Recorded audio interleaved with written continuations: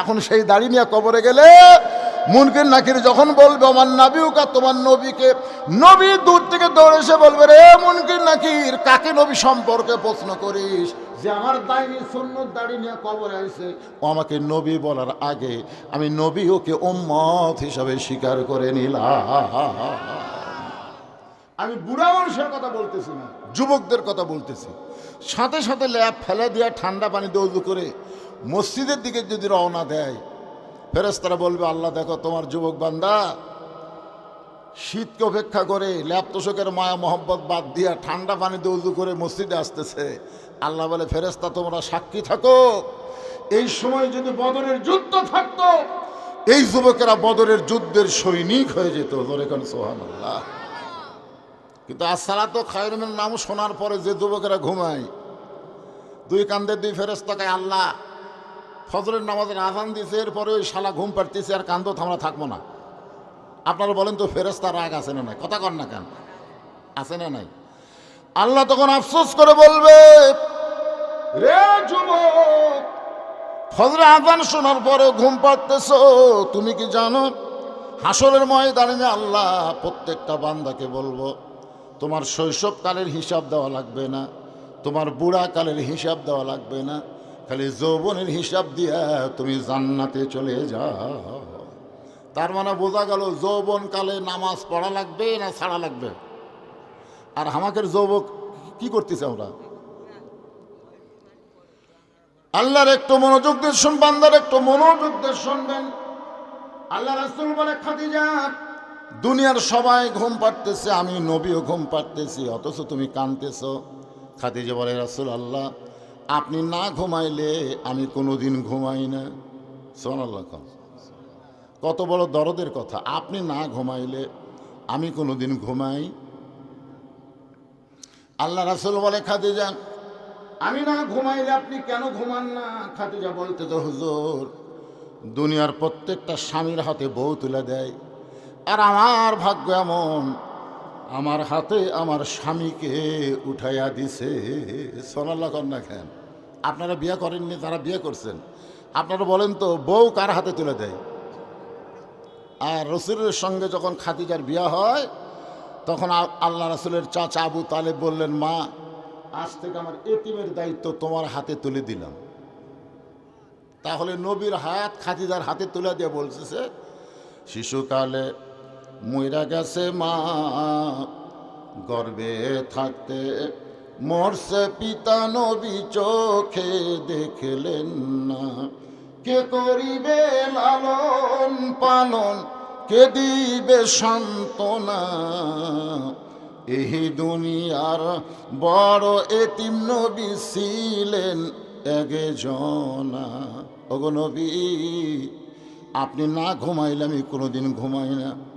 আপনি যখন ঘুমায় গেছেন, এমন সময় ঘুমের একটা দোয়া, আপনারা যারা ঘুমান, ঘুমানোর আগে একটা দোয়া আছে না নাই? পড়েন। এই দিক থেকে একজন কইছে, আল্লাহুম্মা বিসমিকা আমুতু ওয়া আহইয়া। আমুতু মানে কি? মরে যাচ্ছি, এই দোয়া পড়তেছে, তারপরেও ওর খেয়াল হয় না আমি এশার নামাজ পড়িনি রে। আমার মনে হয় এশা যারা পড়ে না তারা এই দোয়াও পড়ে না, ঠিক কিনা বলে? যদি এই দোয়া পড়ে এশার নামাজ আদায় না করে সে ঘুমাতে পারবে? কথা কর না কেন ভাই? এই মুখের খোলেন তো, মুখত মাস্ক দিয়েছেন, আপনার ধরটা দেখি তো। শোনেন, রজব মাস হলো নামাজের মাস ভাই, মন খারাপ করেন না। তাহলে চিন্তা করেন, আমুতু মানে মরা যাওয়ার দোয়া আপনি পড়তেছেন, অথচ আপনি এশার নামাজ আদায় করেন নাই। তার মানে বোঝা গেল আপনার সাহস বেশি। রাসূল বলেছেন, মান তারাকা সালাত মুতাম্মিদান ফাকাত কাফারা। ইচ্ছা করে একটা ওয়াক্ত নামাজ যারা বাদ দিল, তারা আল্লাহর সঙ্গে কুফরি করল। আল্লাহর সঙ্গে কি করলো? আচ্ছা, আপনাদের মধ্যে কারা কারা মাগরিব এশা পড়েননি? এরকম কেউ আছেন নাকি? আছে? না না, হাত তুলবার বলতেছি না। সবচাইতে বড় আদালতের নাম হলো বিবেক। বাংলাদেশের যেগুলো আদালত আছে, জজ কোর্ট, হাইকোর্ট, সুপ্রিম কোর্ট, এইগুলো আদালত সব নষ্ট হয়ে গেছে। এখনকার আদালতের বিচার কি জানেন? জালেমগুলো জামিন পায় আর আলেমদেরকে ধরে ধরে ঢুকায় জেলখানায়। এখন কথা ঠিক কিনা? আমি বাংলাদেশের আদালতের কথা বলতেছি না, আমি বলতেছি আপনাদের কাছে একটা আদালত আছে যার নাম হলো বিবেক। যার নাম কি? বিবেকের আদালত। একবার চিন্তা করে দেখেন তো, এশার নামাজ না পড়ে যারা ওয়াজ শুনতেছেন, ফজরের আগে যদি আপনারা মরে যান, মনে করেন যদি মরে যান, তাহলে আপনাকে ঠিকানা কোথায়? কবরে না জাহান্নামে? কবরে। একটু মনোযোগ দিয়ে শুনবেন। খাদিজা বলে, রাসূলুল্লাহ, আমুত শব্দ যখন উচ্চারণ করেছি, সঙ্গে সঙ্গে আমি দেখতে পাই এমন একটা অন্ধকার কবর, যেই কবরে কোনো দরজা নাই, জানলা নাই। আপনি বলেছেন সর্বশেষে যেই ব্যক্তি মৃত্যুবরণ করবে, কবরের ঘরে তাকে 50,000 বছর থাকা লাগবে। সর্বশেষে যেই ব্যক্তি মরবে তার কতদিন? কথা কয় না, কথা কয় না। যেই বাড়ি বানাইছেন ছাদ ঢালাই করে, 3 তলা 4 তলা, কিরে ঘাড় কাত করে দেয়। ঘাড়ের ফেরস্তাকে লাগতিছে রে, লাগতিছে রে। 2 কান্দে 2টা ফেরস্তা আছে না নাই? আপনি যখন ইনকা করে দেখেন তো এটা ঠাসি পায় না। একাই কি দেখে রে? এ পাগলা, দেখবার যদি চাস গোরস্থানত যা, গোরস্থানে গিয়ে দেখ তুই তোর কিরে, তোর চাইতে পাওয়ারফুল, তোর চাইতে ধনী, তোর চাইতে শক্তিশালী মানুষ গোরস্থানে শুয়ে আছে। জোরেকান কথা ঠিক কিনা? জোরেকান আছে না নাই? ওই 3 তলা বাড়ি দেখতেছে। 3 তলা বাড়ি দেখার গুরুত্ব বেশি না কবর দেখার গুরুত্ব বেশি? আপনার কোনটা দেখেন? আপনাকে এলাকাত কি গোরস্থান আছে নাকি? আছে? জি, আমার এখানে আছে। আছে? আচ্ছা, গোরস্থানের ধার দিয়ে যাইতে কি বলা লাগে? আপনারা সালাম দেন না গল্প করেন? আসসালামু আলাইকুম ইয়া আহলাল কুবুর। গোরস্থানের পাশে দিয়ে যাবেন, সালাম দিবেন, আর বারবার চোখের পানি নিয়ে বলবেন, ভাই অল্প সময়ের মধ্যে আমরাও তোমাদের সাথী হচ্ছি। দৈনিক যদি 3-4 বার এই কথাটা বলতে পারেন, তাহলে কিন্তু আর দুনিয়ার মহব্বত আপনার কলিজার মধ্যে থাকবে না। খাদিজা বলতেছে, রাসূলুল্লাহ, এমন একটা অন্ধকার ঘর, যেই ঘরে কোনো জানলা নাই, দরজা নাই, সাথী নাই, বাতি নাই, সেই ঘরে 50,000 বছর কেমনে থাকবো? আল্লাহ রাসূল বলে, খাদিজা, ওই আল্লাহর শপথ করে বলতেছি, ঈমান গ্রহণ করার পরে আপনি আল্লাহর সঙ্গে যে সম্পর্ক গড়ে তুলেছেন, আল্লাহ আপনার কবরকেও জান্নাত বানায়া দিবে। সুবহানাল্লাহ কইতে কৃপণতা করে না, জোরে সরে কান সুবহানাল্লাহ। এখন আপনারা বলেন, 50,000 বছর যে কবরে থাকা লাগবে, সেই কবর যদি জান্নাত হয়ে যায়, তাহলে কোনো সমস্যা আছে? 50,000কে 1 কোটি বছর হোক, কোনো সমস্যা আছে? আল্লাহ রাসূল বললেন, খাদিজা, ঈমান গ্রহণ করার পরে আপনি আল্লাহর সাথে যে সম্পর্ক গড়ে তুলেছেন, আল্লাহর সাথে সম্পর্ক করবার গেলে আগে যেটা লাগবে তার নাম হলো ঈমান। যেরকম তার নাম কি? আমাদের বাংলাদেশের মানুষের ঈমানই নেই, ঈমান নাই। পুলিশ ধরার ভয় করে, আজরাইল ধরার চিন্তা করে না। পুলিশের ভয়ে সব আলুর বাগড়ের মধ্যে বাঁশড়ার তলে লুকে আছে। কার ভয়ে? কথা কয় না, কার ভয়ে? ভোটের আগে আমাকে এলাকার যা ধরপাকড় শুরু হয়েছিল বুঝলেন, একজনও বাড়িতে নেই। তাহলে আওয়ামী লীগ ছাড়া অন্য যারা দল করছে এরা কেউ বাড়িতে নেই, সব আলুর বাগড়ের বাড়ির বাঁশড়ার তলে লুকে আছে। আপনার বলেন তো কি ধরার ভয়ে? ওই এমনভাবে লুকে আছে আর বলতেছে ক্ষমতাও নাই, পুলিশ টের পাবে না। আল্লাহ পরীক্ষা করার জন্য পুলিশের পোশাকে ওর কাছে আজরাইল পাঠাচ্ছে। ধরে কারণ কি পাঠাচ্ছে? এখন যা বলতেছে, কে রে ভাই, যে জায়গায় কোনো নেটওয়ার্ক নাই তুই কেমনে খবর পেলি? তো বলে, ভাই আমি পুলিশ না রে, আমি হলো আজরাইল। কান্দন শুরু করছে। আজরাইল বলে, কান্দিস কেন? হাই রে, পুলিশ ধরার ভয়ে আজরাইল ধরবি, এ কথা আমার মনেই নাই রে। হাসি না। আপনারা বলেন তো কোন ধরার গুরুত্ব বেশি, পুলিশ ধরা না আজরাইল ধরা? পুলিশ এদিক দিয়ে আসলে এদিক দিয়ে আমরা দৌড় দিয়ে পলাবার পারবো, জোরে কোন ঠিক কিনা? কিন্তু আজরাইল যখন ধরতে আসবে, পালানোর কোনো রাস্তা? জোরে বলেন, আরো জোরে বলেন। কোনো তারিখ নাই রে ভাই, কোনো তারিখ নাই।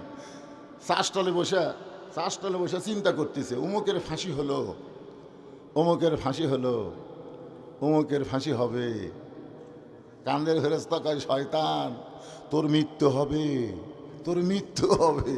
তুই ফাঁসির চিন্তা করিস, মরার চিন্তা করিস না। ফাঁসির তারিখ আছে, মরার কোনো তারিখ নাই।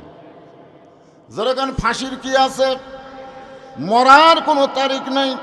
অমুক তারিখে রাত 12টায় অমুকের ফাঁসি হবে, কিন্তু আমরা অমুক তারিখে মৃত্যুবরণ করব এই কথা কেউ বলতে পারবো না।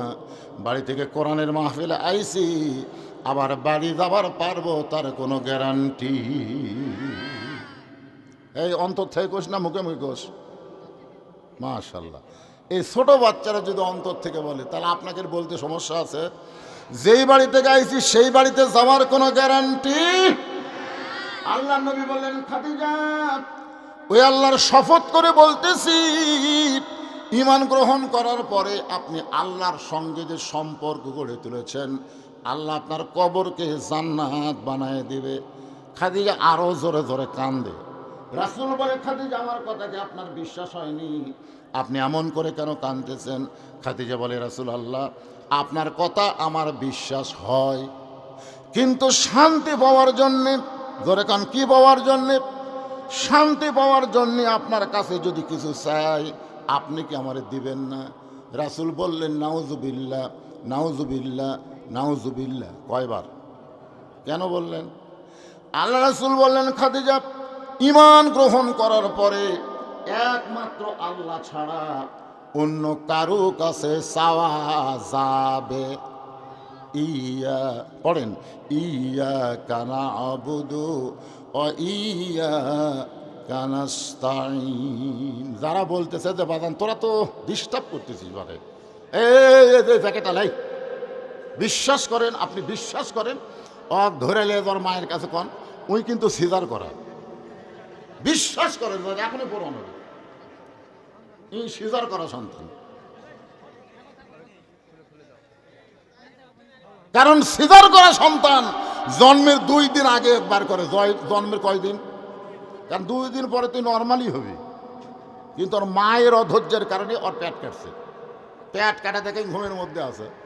ডাক্তাররা কয়, খেরে ই তো লড়েও না, চড়েও না, চোখও মেলায় না। তখন বড় ডাক্তার বলে, ও পেটের থেকে বাইর করে পাও ধরে ঘুরাও। তখন পেটের থেকে বাইর করে পাও ধরে এরকম একটা ঘুরেন দেয়। ওই ঘুরানোর কারণে ওর মাথার যে ঝাঁকি লাগে, ওই ঝাঁকি মরা পর্যন্ত থাকে। এই যে অস্থির হয়ে লাফালাফি করতেছে, মানে ঝাঁকি খাচ্ছে। কি মনে করতেছেন?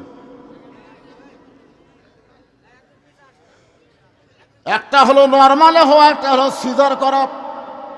বাংলাদেশে 3টা জিনিস খেয়াল করবেন। কয়টা? ধরে কোন কয়টা? 1 নম্বর হলো বড় বড় ডাক্তারের সন্তান সিজার করা লাগে না। বড় বড় ডাক্তার কিন্তু সিজার করে না, কারণ ডাক্তার জানে সিজার করলে মায়েরও ক্ষতি, সন্তানেরও ক্ষতি। এই জন্য বড় বড় ডাক্তারের সন্তান নর্মালে হয়। 2 নম্বর হলো মৌলানাদের বাড়িতে কোনোদিন মিলাদ হয় না। আপনার খেয়াল করে দেখবেন, মৌলানার পরের বাড়িতে মিলাদ পড়ে, কিন্তু নিজের বাড়িতে মিলাদ হয় না। 3 নম্বর হলো পীরের বউ কোনোদিন মুরিদ হয় না, কারণ পীরের বউ জানে আমার পীর হলো 1 নম্বর লুচ্চা, এর হাতে মুরিদ হওয়া যাবে না। তাহলে কয়টা কইলাম? ধরে কোন কয়টা? 1 নম্বর বড় ডাক্তারের বইয়ের সিজার লাগে না, মৌলবীর বাড়িতে মিলাদ, পীরের বউ। ভালো মুখস্থ করছে, হ্যাঁ? কারণ পীরের বউ জানে মাঝে মধ্যে আমার পীর সাহেব মুরিদের বইয়ের দিকে চোখ মারে, 1 নম্বর লুচ্চা, এর হাতে মুরিদ হয়ে লাভ কি? শুধু একজনই মুরিদ হয়েছে, তিনি হলেন খাদিজাতুল কুবরা।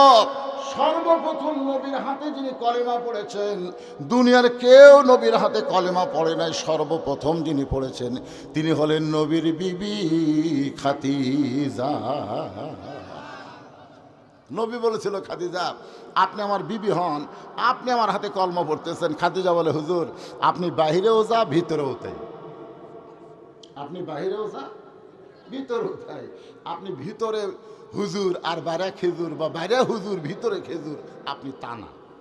সঙ্গে সঙ্গে খাদিজার এই কথায় আল্লাহ এত খুশি হলো, নবীর উপর কোরআনের আয়াত নাজিল করলেন, লাকাদ কানা লাকুম ফি রাসূলিল্লাহি উসওয়াতুন হাসানা। কোনো পীর না, কোনো নেতা না, কোনো বুজুর্গ না, যদি সফলতা অর্জন করতে চাও তাহলে রাসূলকে তোমাদের আদর্শ হিসাবে গ্রহণ করে না। কি হচ্ছে রে ভাই, কি হয় রে? আচ্ছা ঠিক আছে, এই মুহূর্তে একটা স্লোগান দেওয়া লাগবে। আমি যে বলবো আমার নেতা তোমার নেতা, আপনারা সকলে বলবেন বিশ্ব নবী মোস্তফা। বলতে পারবেন? আমার নেতা তোমার নেতা, মাশাআল্লাহ। এই একটা স্লোগানই আমাদেরকে আল্লাহর জান্নাত পর্যন্ত নিয়ে যাবে, একটা স্লোগান। তাহলে এটা বিশ্বাস করবেন, দুনিয়ার সাধারণ নেতার পিছনে আমরা চামচাগিরি করব না, চামচাগিরি যদি করতে হয় বিশ্ব নবীর উম্মত হয়ে করব। জোরে কোন কথা ঠিক? আল্লাহর নবী বলেন, খাদিজা আল্লাহ ছাড়া অন্য কারো কাছে চাওয়া জায়েজ নাই। আজকে বাংলাদেশে কতগুলো মানুষ বলে, আমার দয়াল বাবার দরবারেতে কেউ ফিরে না খালি হাতে। আপনারা বলেন তো, দয়াল বাবার দরবারেতে কেউ ফিরে না খালি হাতে, এটা কি তৌহিদ না শিরক? জোরে কান, তৌহিদ না শিরক? এটা যদি তৌহিদ করি তাহলে কি বলা লাগবে? বলা লাগবে আমার দয়ার আল্লাহর দরবারে, সবাই বলেন, দয়ার আল্লাহর দরবারেতে কেউ ফিরে না খালি হাতে। আল্লাহ আল্লাহ আল্লাহ। ঠিক, এটা হচ্ছে ঠিক, ঠিক না? আর একজন হুজুর বলতেছে, আল্লাহর ধন নবীরে দিয়া আল্লাহ কাছে গায়েব হইয়া, নবীর ধন খাজানিয়া শুয়ে আছে আজমিরে, কেউ ফিরে না খালি হাতে খাজারে তোর দরবারেতে। এটা শোনার পরে কি সুবহানাল্লাহ না নাউযুবিল্লাহ? কখন কোনটা পড়া লাগে সেটা আপনার পড়বেন না, পড়বেন না? তো এই সময় কি সুবহানাল্লাহ না নাউযুবিল্লাহ? তাহলে কেউ কারো কাছ থেকে খালি হাতে ফিরে না, একজন আছেন, তিনি কে? রাসূল বলে, খাদিজা যদি কিছু পাওয়ার চান তাহলে আল্লাহর কাছে চান, আমি নবীর কাছে চাইয়া কোনো লাভ নাই। খাদিজা বললেন, হুজুর আপনার কাছে যা চাবো তা যদি আল্লাহ দিবার না পারে, আপনার কাছে যা চাবো তা যদি আল্লাহ দিবার না পারে তাহলে চাইয়া লাভ আছে? আল্লাহ নবী বলেন, খাদিজা আল্লাহ দিবার পারে না এই কথা তুমি কেমনে কও? খাদিজা বলে, হুজুর মনে করেন আমার বিয়া হয়নি, মনে করেন, এর বুঝাচ্ছিল দিন, মনে করেন আমার বিয়া হয়নি, গভীর রাত্রে আমি আল্লাহকে বলতেছি, আল্লাহ আমার পেটে একটা বাচ্চা দাও। আপনি বলেন তো আল্লাহকে আমার পেটত বাচ্চা দিবে? রাসূল বলতেছে না, দিবে না। খাদিজা বলে, কেন দিবে না? বলে, একজনের পেটত দিয়েই আল্লাহ যে বিপদত পড়ছিল। একজন মানে তার নাম হলো মরিয়ম। যেরকম তার নাম কি? মরিয়মের পেটে বাচ্চা দিয়েছিল, স্বামী নাই, যার কারণে মরিয়মের খালু জাকারিয়া নবীকে অনেকে সন্দেহ করলো। জাকারিয়া নবী দৌড়ায় বলে, আল্লাহ কাম করলা তুমি আর পিটন খাচ্ছি আমি। আল্লাহ কয়, জাকারিয়া আদমকে বাপ মা ছাড়া আমি দুনিয়াতে প্রেরণ করেছি, আর ঈসাকে বাবা ছাড়া পাঠাইলাম, কিয়ামত পর্যন্ত আর স্বামী ছাড়া কোনো বইয়ের পেটে বাচ্চা হবে। কিন্তু বাংলাদেশে অনেক মেয়ের স্বামী ছাড়া বাচ্চা হয়, হয় না ভাই? আমি ইউটিউবে দেখলাম, স্বামী বউ থেকে গেছে মালয়েশিয়াত। স্বামী বউ থেকে কোথায় গেছে? মালয়েশিয়া। তো স্বামী যখন বাড়িতে আসে তখন ওই বউ স্বামী সম্বর্ধনা জানাবার গেছে 2 বছরের বাচ্চা নিয়ে। স্বামী কয়, কি 4 বছর আগে আমি গেলাম, আর 2 বছর বাচ্চা লেতে আমার লিভার আইলি, এই বাচ্চা কেমনে হয়েছে? তোমার সাথে আমার স্বপ্নে।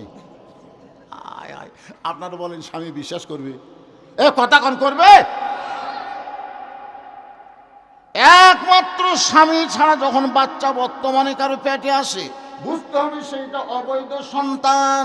এই অবৈধ সন্তান যারা হবে তারাই আলেম ওলামা, নবী রাসূলের বিরুদ্ধে কথা বলবে। আল্লাহ কোরআনে বলেছেন উতুল্লিম বাদা জালিকা জানিম। এরকম একটা অবৈধ সন্তানের নাম হলো জায়েদ খান। জোরে কোন কি খান? বোঝা গেছে? সমস্ত ইমামকে ও শালা বলে, ধর্ষণকারী লুচ্চা বলে সম্বোধন করেছে। আপনারা বলেন তো, আল ওলামা ওয়ারাসাতুল আম্বিয়া, আলেমরা হলো নবীদের ওয়ারিস। জোরে কোন ঠিক কিনা? আর উনি বলতেছে এই শালারা লুচ্চা।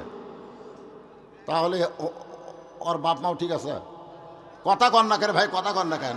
এই কথা কি খালি এখানেই থাকতেছে না মিডিয়ার মাধ্যমে রেকর্ড হচ্ছে? তাহলে মিডিয়ার মাধ্যমে যখন রেকর্ড হয় তখন হা হু করে একটু জোরে বলতে হবে।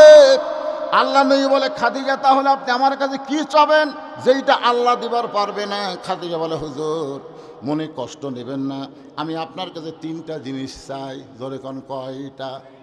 1 নম্বর চাওয়া হলো গারে হীরার মধ্যে আপনি সাধনা করেছেন, ওই সাধনা করার সময় আল্লাহ তাআলা কোরআনের 5টা আয়াত আপনার উপর নাজিল করেছে। আপনি কোরআনের 5টা আয়াত পাওয়ার পরে আপনি আর গারে হীরার মধ্যে যান নাই। আপনি গারে হীরা থেকে আসার পরে যেই পাঞ্জাবি পরে কোরআনের আয়াত আল্লাহ আপনার উপর নাজিল করেছে, ওই জুব্বাটা আপনি যত্ন করে রেখে দিয়েছেন। আমি লক্ষ্য করে দেখি মাঝে মধ্যে আপনি জুব্বাটা দেখেন কিন্তু আর কোনোদিন গায়ে দেন নাই। আমার চাওয়া হলো আমি যখন মরে যাব ওই জুব্বাখানা আমার কাফনের কাপড় হিসাবে দিয়া দিবে। আপনি তো হজ করছেন, করেন? আপনি করছেন? হাজি একটাও নেই, আপনি করছেন?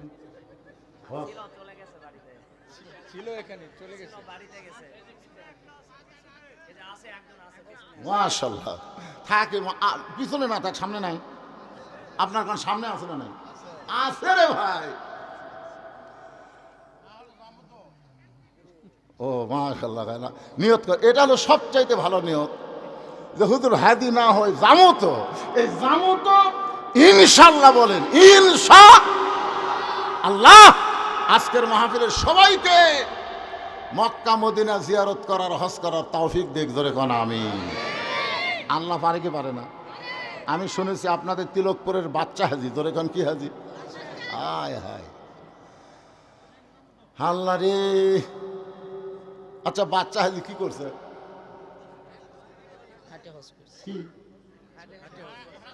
সুবহানাল্লাহ, আল্লাহর ওলি ছিলেন। এখন আপনার বুঝতে পারতেছেন না, তিনি মস্ত বড় আল্লাহর ওলি ছিলেন। সুবহানাল্লাহ বলেন। একটু মনোযোগ দিয়ে শুনবেন। 2 নম্বর চাওয়া হলো আমি খাদিজা মরে যাওয়ার পর আপনার পবিত্র হাত দিয়া আমাকে কবরের ঘরে নামায় দিবেন। খাদিজা বলে ইয়া রাসূলুল্লাহ 3 নম্বর চাওয়া হলো কবরে মাটি দিয়ে সবাই যখন চলে আসবে, কবরে মাটি দিয়ে যখন সবাই চলে আসবে তখন কবরের পাশে কেউ থাকবে না। এমন সময় আল্লাহ 2টা ফেরেশতা কবরে পাঠাবে। জোরে কোন কয়টা? আপনারা বিশ্বাস করেন? কি জন্য পাঠাবে? ফেরেশতা আসিয়া যখন জিজ্ঞাসা করিবে দিন কি তোমার মাবুদকে, বা তখন কি বলিবে? সবাই বলেন ফেরেশতা আসিয়া যখন জিজ্ঞাসা করিবে দিন কি তোমার মাবুদকে, বা তখন কি বলিবে? সবাই বলেন আল্লাহ বিনে নাই রে মাবুদ, আল্লাহ বিনে নাই রে মাবুদ। জবানে তাই বলো রে বলো, মুখে আল্লাহ রাসূল সবে বলো। ওগো নবী, আমি খাদিজা মুনকির নাকিরের 3টা প্রশ্নের উত্তর দিবার পারবো না, আমার পক্ষে আপনাকে উত্তর দেওয়া লাগবে। সঙ্গে সঙ্গে নবী খাদিজার কপালে একটা চুমু দিয়ে বললেন খাদিজা ওই আল্লাহর শপথ করে বলতেছি আমার আগে যদি আপনার মৃত্যু হয় তাহলে আপনার 3টা চাওয়াই আমি পুরা করব ইনশাআল্লাহ। বাজান আপনারা কি বুঝলেন? রাসূল কি বলতেছে? আমার আগে যদি আপনার মৃত্যু হয়। এ কথা কে কখন মরবে এটা আল্লাহর নবীও। কিন্তু এখন বর্তমানে কিছু নেতারা জানে খাড়া হওয়ার পারে না, মাজা ধরে খাড়া করা লাগে, তারপরে নেতা কথাও ঠিক মতো করার পারে না, খেলা হবি খেলা হবি, তো চাপা ভাঙবি রে, জলে কোন কথা ঠিক কি, তোর মাজা চলে না, তুই খেলবি কেমনে? আল্লাহ রাসূল একদিন বলতেছে, আর শায়েখ ও শায়েখাতে লা ইয়াদখুলুল জান্নাহ, বুড়া এবং বুড়িরা কোনোদিন জান্নাতে যাবে না। যেই কইছে বুঝলেন, এক বুড়ার সামনে কান্না শুরু করছে। আল্লাহ রাসূল বলে, কান্দো কেন? বলে, হুজুর আপনি কইলেন বুড়ারা জান্নাতে যাবে না, তাহলে আমার খবর কি? আল্লাহ রাসূল বললেন, ঠিক আছে কান্দো না, আল্লাহ তোমাকে জান্নাত দিবে। বুড়া সেই খুশি। আল্লাহ রাসূল বললেন, আচ্ছা জান্নাত যখন আল্লাহ তোমাকে দিবে, তুমি চাবে কি? জান্নাতে যায় তো তোমার চাওয়া লাগবে, তোমার চাহিদা কি? বলে, আমার চাহিদা হলো সোনার ইটের বাড়ি। বুড়ার চাহিদা দেখছেন? আল্লাহ রাসূল বললেন, ঠিক আছে, ওয়ালা তাস্তাহি আনফুসুকুম, আল্লাহ তোমাকে সোনার ইটের বাড়ি দিবে। তারপরে কি চাও? বলে, হীরা জহরতের বর্তন চাই, থালা বাটি হীরা জহরতের তাই। আল্লাহ বললেন, ঠিক আছে তাই দিবে। রাসূল বললেন, তাই দিবে। এরপরে কি চাও? বলে, আঙ্গুর ফলের বাগান চাই। আল্লাহ রাসূল বলতেছে, কে রে, এত ফল থাকতে আঙ্গুর ফল কেন? বলে, হুজুর আমার যে দাঁত নেই, আল্লাহ যদি পেয়ারা দেয়, সেব দেয়, আমি তো চাবাবার পারবো না, খালি চায়ে চায়ে দেখা লাগবে, খাওয়া যাবে না। কিন্তু মাসটা শক্ত আছে হুজুর, আঙ্গুর ফেলে ঠাসি মারলে রস দিয়ে পেট ভরে যাবে। আল্লাহ রাসূল বলেন, এ মুরব্বী শোনো, আল্লাহ তোমাকে ৭০টা বউ দিবে, তারা হবে তরু তাজা যুবতী বউ। এই ৭০টা বউ যখন আল্লাহ তোমারে দিবে, তুমি করবা কি? বুড়া কান্দার বলে, দেখা ছাড়া উপায় নাই। রাসূল বলে, আল্লাহ তোমাকে বউ দেখার জন্য দিবে? বলে, হুজুর আমার মাথায় খাড়া হয় না, আমি খেলবো কেমনি? খেলবার গেলে মাথা লাগবে, জোরে কথা কর না, যে কোনো সময় মরে যাবে, তারাও আবার খেলবার চায়।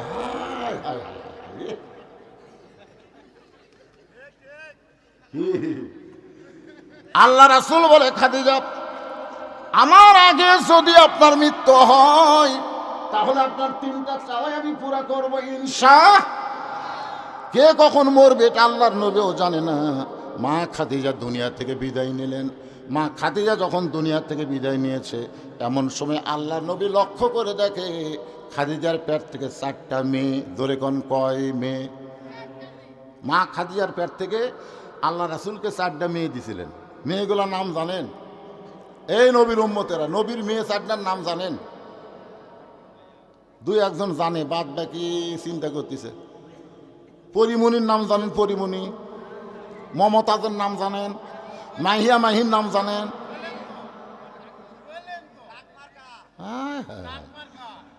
গোটা বাংলাদেশ মাহিয়া মাহি গান আছে কোন জায়গা, আর বাংলাদেশের যুবকেরা ছবি দেখে কোন জায়গা? শোনেন শোনেন, নবীর 4টা মেয়ের নাম যদি আপনি সব সময় মুখস্থ রাখতে পারেন, আল্লাহর নবী খুশি হবে। আমাকে কেউ যখন বলে, হুজুর আপনি তো সাদিয়ার বাপ, আমাকে যেই কয় হুজুর আপনি সাদিয়ার বাপ, আমি বললাম, কে রে, আমার মেয়ের নাম তুই কেমনি জানলি? হুজুর আপনার ওয়াজে শুনছি হুজুর। আমি তখন দূরে কয়, ভাই তো 1 কাপ চা খা। দেখছেন, আমার মেয়ের নাম করলে আমার যদি এত খুশি লাগে, তাহলে এখনো 1400 বছর পরে নবীর 4টা মেয়ের নাম যদি আপনারা বলেন, ফেরেশতা যখন যায় বলবে, নবী গো, আপনার এই নগর কুসুম্বির মাহফিলে আপনার উম্মতের আপনাকে ভুলে নাই, এখন পর্যন্ত আপনার 4টা মেয়ের নাম পর্যন্ত তারা মুখস্থ রাখছে। জোরে কান সুবহানাল্লাহ। 1 নম্বর মেয়ের নাম হলো জয়নাব, 2 নম্বর মেয়ের নাম হলো রোকেয়া, 3 নম্বর মেয়ের নাম হলো কুলসুমা, আর সবচাইতে ছোট মেয়েটার নাম হলো সাইয়্যিদাতুন নিসায়ে আহলিল জান্নাহ ফাতেমাতুজ জোহরা। কে জানে? একজন কইল ফাতেমা। ফাতেমা, খালি ফাতেমা করলে সওয়াব হবে? খালি ফাতেমা করে সওয়াব হবে? যাকে প্রত্যেক জুম্মায় ইমাম সাহেব আপনাদের কাছে শোনাচ্ছে, আপনাকে জুম্মা শোনায় না? সাইয়্যিদাতুন নিসায়ে আহলিল জান্নাহ ফাতেমাতুজ জোহরা রাদিয়াল্লাহু তাআলা আনহা। নবী তাকায় দেখে 4টা মেয়ের ভিতরে ছোট মেয়ে কাঁদতেছে, কিন্তু কান্নার শব্দ নাই। জয়নব রোকেয়া কুলসুমা কাঁদতেছে, কিন্তু কান্নার শব্দ আছে। আমার মা মইরা গেছে রে, কোথায় গেলে মাকে পাবো বলে দাও না আল্লাহ রে, এই আমার মা মইরা গেছে রে। নবী বলেন চুপ চুপ, মইরা গেলে এরকম বিনয় কি করে কান্দা চলবে না? সুবহানাল্লাহ কোন। আর আমাদের গুলা কি কান্দে, আমার বাবা মইরা গেছে রে, মরার আগে খাট দিবার ছিল, সেই খাট আমাকে দিবি কে, এই আমার বাবা মইরা গেছে রে। বড় ভাই এসে বলতেছে কান্দিস না, যে খাট বাবা দিবার চাইছিল সেই খাট আমি দুমরে, তাও কান্দিস না। তখন বলতেছে আমার বাবা মইরা যাওয়ার পরে বড় ভাই আমার খাট দিবার চাছে, এখন তো সকলেব দিবি কে, আমার বাবা মইরা গেছে রে। তখন মেজো ভাই বলতেছে ঠিক আছে ভাই, যদি খাট দেয় আমি ল্যাপ তো শোক দেবো।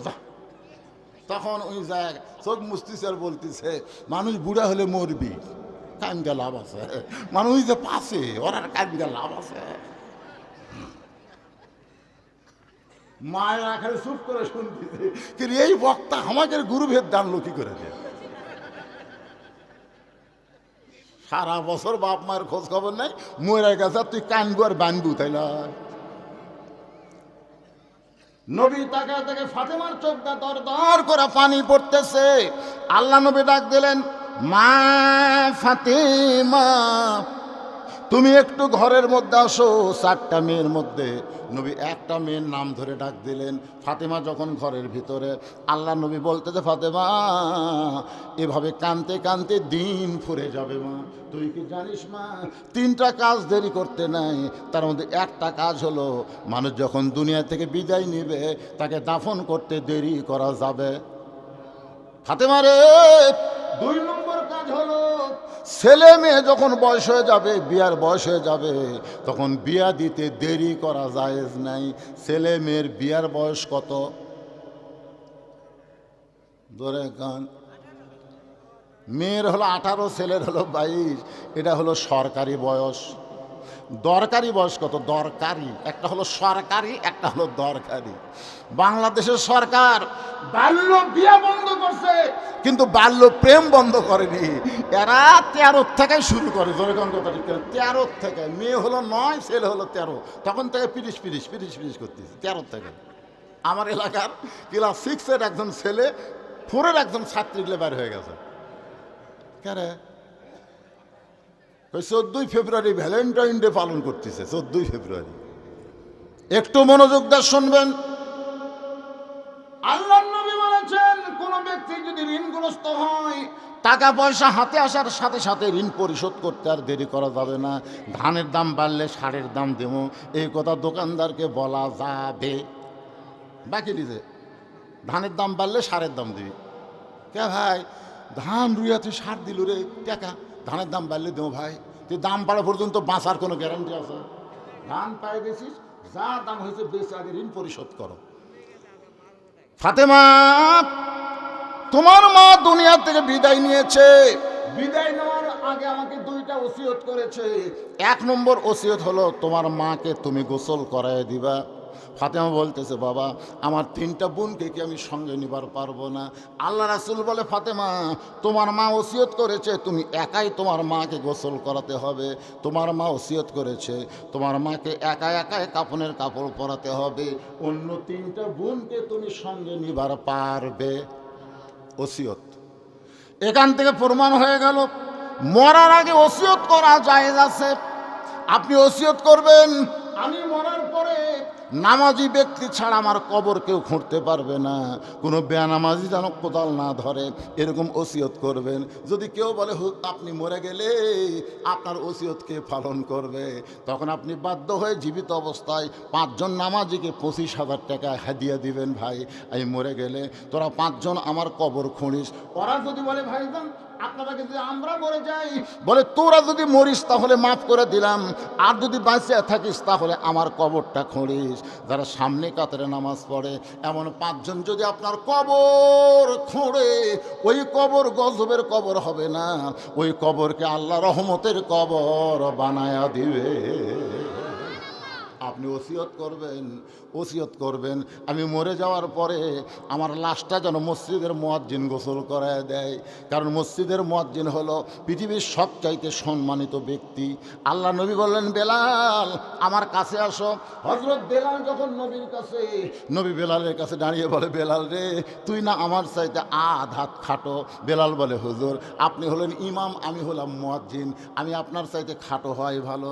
রাসূল বলে, বেলাল আজকে দুনিয়াতে আমার চাইতে তুই খাটো, কিন্তু হাসরের ময়দানে তুই খাটো হবি না। আমার মাথার উপরে আল্লাহ তোর মাথা তুলবে, শুধু মাথা উঠায় দিবে না, একটা পূর্ণিমার চাঁদ আল্লাহ তোর মাথায় পরায় দিবে। এখন আপনারা বলেন মুয়াজ্জিনের দাম কম না বেশি?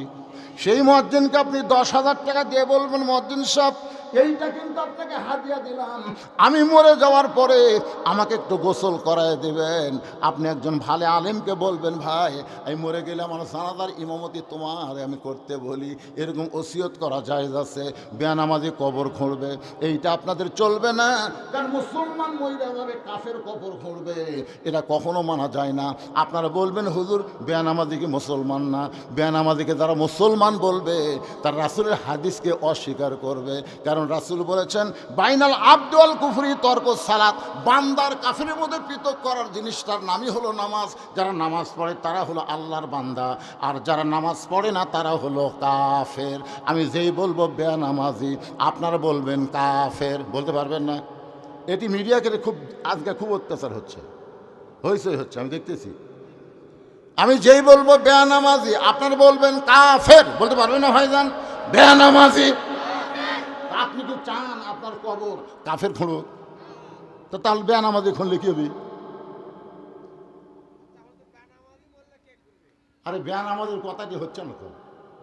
ইমাম মালিক রহমতুল্লাহ বলেন, শোনেন, এই ইমাম মালিক রহমতুল্লাহ, মান তারাকা সালাত মোতাম্মেদান ফাকাত কাফারা, এই হাদিসের ব্যাখ্যা ইমাম মালিক রহমতুল্লাহ বলেন, তোমাদের এলাকায় চিহ্নিত বেনামাজি যদি মারা যায়, চিহ্নিত, তোমরা সবাই জানো এই লোকটা বেনামাজি, তাহলে তোমরা কি করবা? ছাত্ররা বলে, হুজুর কি করব? ইমাম মালিক বললেন, রাস্তার যদি কোনো কুত্তা মরে তোমরা কি করবা? বলে, মরা কুত্তা রাস্তার থাকলে দুর্গন্ধ হবে, এই দুর্গন্ধ থেকে বাঁচার চেষ্টা করব। তো দুর্গন্ধ থেকে বাঁচতে গেলে কি করবা? তোমরা গোসল করে দিবে, কাফনের কাপড় পরে দিবে, খাটনি তুলবে। হুজুর কি কর, ওর পাওয়ার দড়ি লেগে টাইনে এলিয়ে পুঁতে থমো। একটা কুত্তাও যা, একটা বেনামাজি উঠে।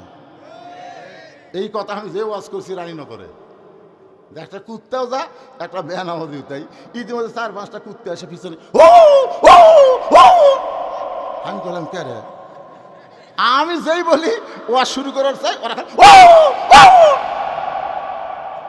আমি চিন্তা করলাম, কুত্তা আমার লোকমা দিল।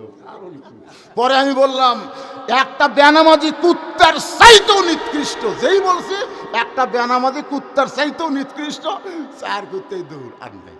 ওরা বুঝিয়ে দিল, হুজুর কুত্তার সাথে তার বেনামাজির তুলনা করেন না। আপনি কি আল্লাহর কোরআন পড়েননি? আল্লাহ কোরআনে বলেছে, সুম্মা রাদাদনাহু আসফালা সাফিলিন, এরা কর্মদেশে পশুর চাইতেও, কুত্তার চাইতেও, শুয়োরের চাইতেও এরা জঘন্য। তাহলে এখন কোন বেনামাজি বললে কি করবেন? কোন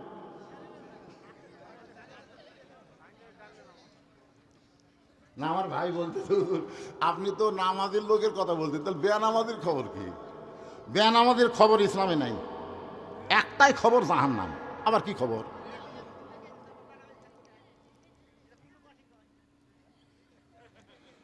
আল্লাহর বান্দার একটু মনোযোগ দেন।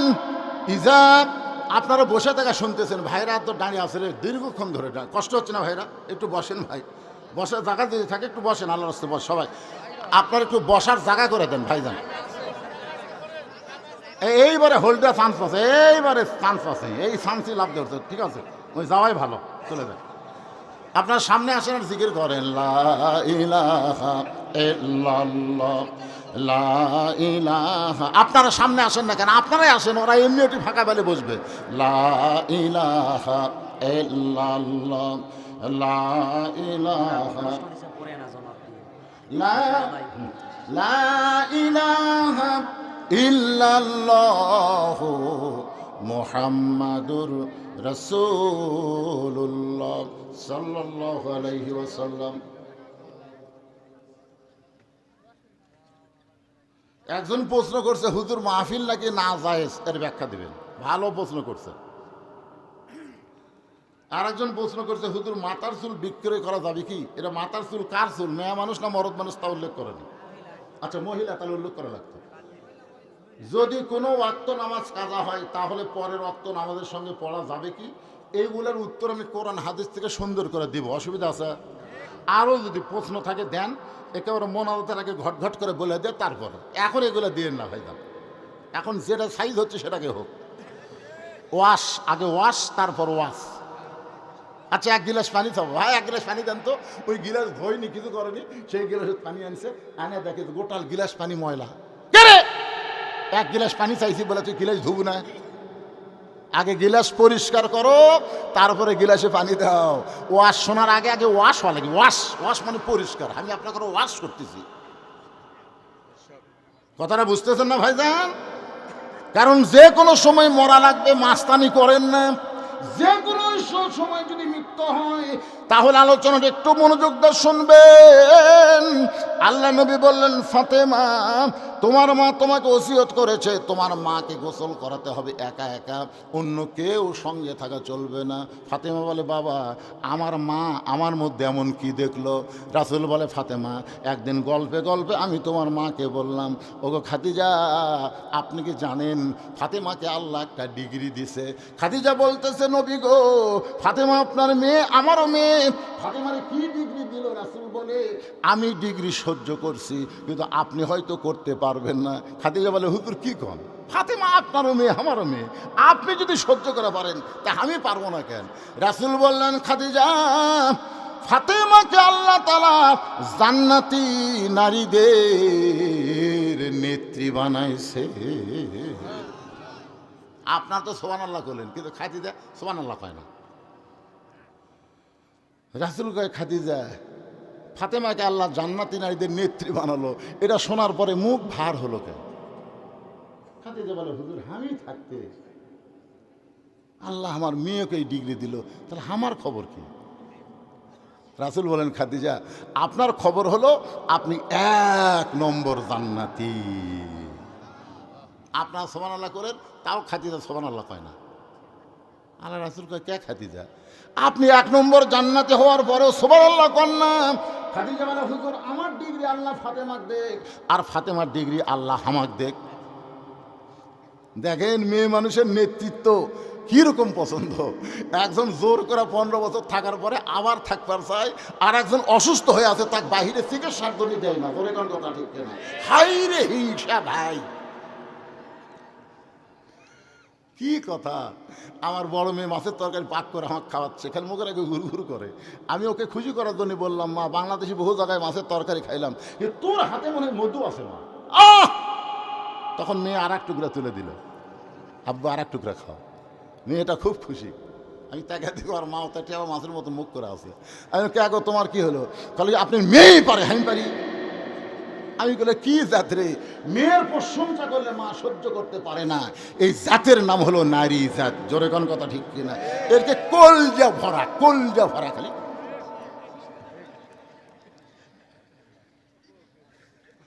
একটু মনোযোগ দিয়ে শুনবেন। আল্লাহ নবী বললেন, খাদিজা যেই ডিগ্রি আল্লাহ ফাতেমাকে দিছে, ওই ডিগ্রি আল্লাহ আপনাকে দিবার চাইলেও আল্লাহ দিবার পারবে না। আল্লাহ বেকায়দা। খাদিজা বলল, হুজুর সেটা ফাতেমা কেন দিল, আমারে কেন দিবার পারলো না? রাসূল বলে, খাদিজা আপনি বলেন তো আপনার নাকের সাইজ কেমন, আপনার মুখের সাইজ কেমন, আপনার দাঁতের সাইজ কেমন, এটা দুনিয়ার কোনো পুরুষ মানুষ জানে? খাদিজা বলে, হুজুর 40 বছর বয়সে আপনার সঙ্গে যখন আমার বিবাহ হলো, ওই সময় মক্কার সবচাইতে ধনবতী রমণী ছিলাম। এই ধনবতী রমণী হওয়ার পিছনে কারণ হলো আমার অনেকগুলো ব্যবসা ছিল। এই ব্যবসার কাজে হাজার হাজার পুরুষ মানুষ আমার নাক দেখেছে, আমার মুখ দেখেছে, আমার দাঁতের সাইজ দেখেছে, আমার গায়ের রং তারা দেখেছে। রাসূল কান্দার বলে, খাদিজা তাহলে আমি নবী ছাড়াও হাজার হাজার পুরুষ মানুষ আপনাকে চিনে। এখন বলেন তো ফাতেমার নাকের সাইজ কেমন, ফাতেমার গায়ের রং কেমন, ফাতেমার চোখের চেহারা কেমন, এটা দুনিয়ার কত পুরুষ বলতে পারে? খাদিজা কান্দের, নবী গো, আমার ফাতেমা জন্মসূত্রে পর্দা নিয়ে জন্মগ্রহণ করেছে। রাসূল বলে, খাদিজা আপনি মা হয়ে বলতেছেন ফাতেমা জন্মের সময় পর্দা নিয়ে জন্মগ্রহণ করেছে? এই ফাতেমা পর্দার মধ্যেই বড় হবে। আমি নবী হিসাবে বলতেছি ফাতেমা একদিন পর্দার ভিতর দুনিয়া থেকে বিদায় নেবে। এমনকি ফাতেমার কবর পর্যন্ত আল্লাহ দুনিয়াবাসীর কাছে পর্দা করে দিয়া দিবে। হযরত আলী গভীর রাত্রে ফাতেমাকে দাফন করার পরে আল্লাহর কাছে বলতেছে, আল্লাহ ফাতেমাকে তুমি কবুল করে নাও। এ দোয়া করার পরে তাকায় দেখে সামনে কয়েকটা পুরাতন কবর, নতুন কবর। এখনই ফাতেমার সেই কবর কোন জায়গায়? গোটা জান্নাতুল বাকি। হযরত আলী দৌড়ায় আর বলে, ফাতেমার কবর, এখনই ফাতেমার কবর দিলাম। দেখতে দেখতে কবরটা কোথায় চলে গেল। কে যেন ডাকতে বলে, আলী রে অযথা ঘুরিস না, আর দেখতে পাবি না। ঘুরিস না রে আলী, আর ঘুরিস না, দেখতে পাবি না। ফাতেমা হল আমার পর্দা নিশি। আমি আল্লাহ জোহরা ডিগ্রি দিয়া ফাতেমার কবরটাকে কিয়ামত পর্যন্ত পর্দা করে দিয়েছি। রাসূল বলে, ফাতেমা এই গল্প তোমার মায়ের কাছে বলার পরে তোমার মা বলেছে ফাতেমা যেন একা একা আমারে গোসল করে দেয়, ফাতেমা যেন একা একা আমারে কাফনের কাপড় পরায় দেয়। জামা যা, তোর মা দুনিয়া থেকে বিদায় নিয়েছে, এখন যে তোর মাকে গোসল করায় দে। নবীর কথা মতো ফাতেমা গিয়া মা খাদিজারে গোসল করাই দিলেন। গোসল করানোর পরে নবীর সামনে এসে বলতেছে, বাবা এখন মাকে কাফনের কাপড় পরাবো, আপনি কাফনের কাপড়ের ব্যবস্থা করেন। রাসূল মুস্কি হাসি দিয়ে বলে, ফাতেমা কাফনের কাপড়ের ব্যবস্থা করা লাগবে না, এটা আগে থেকেই ব্যবস্থা হয়ে আছে। এই বলে ওই জুব্বাটা বের করে, ওই জুব্বাটা বের করে যখন ফাতেমার হাতে দেয়, ফাতেমা জুব্বাটা নিয়ে ছোট বাচ্চার মতন কাঁদতেছে। রাসূল বলে, ফাতেমা কান্দার কারণ? বলে, মায়ের মুখে শুনেছি বাবা, আপনি যখন মায়ের বাড়িতে রাখাল ছিলেন তখন মা মক্কার সবচাইতে ধনবতী রমণী ছিল। আপনার উত্তম চরিত্র দেখার পরে আমার মা পাগলি হয়ে 40 বছরের বিধবা আপনার 25 বছরের যুবককে বিয়ে করলো। আজকে সেই মক্কার ধনী নারীটা আমার মা দুনিয়া থেকে বিদায় নিল। ও বাবা, মক্কার দোকানে কি নতুন কোনো কাপড় নাই? নতুন কোনো কাপড় না দিয়া এই পুরাতন জুব্বা আপনি আমার মাকে দিচ্ছেন বাবা।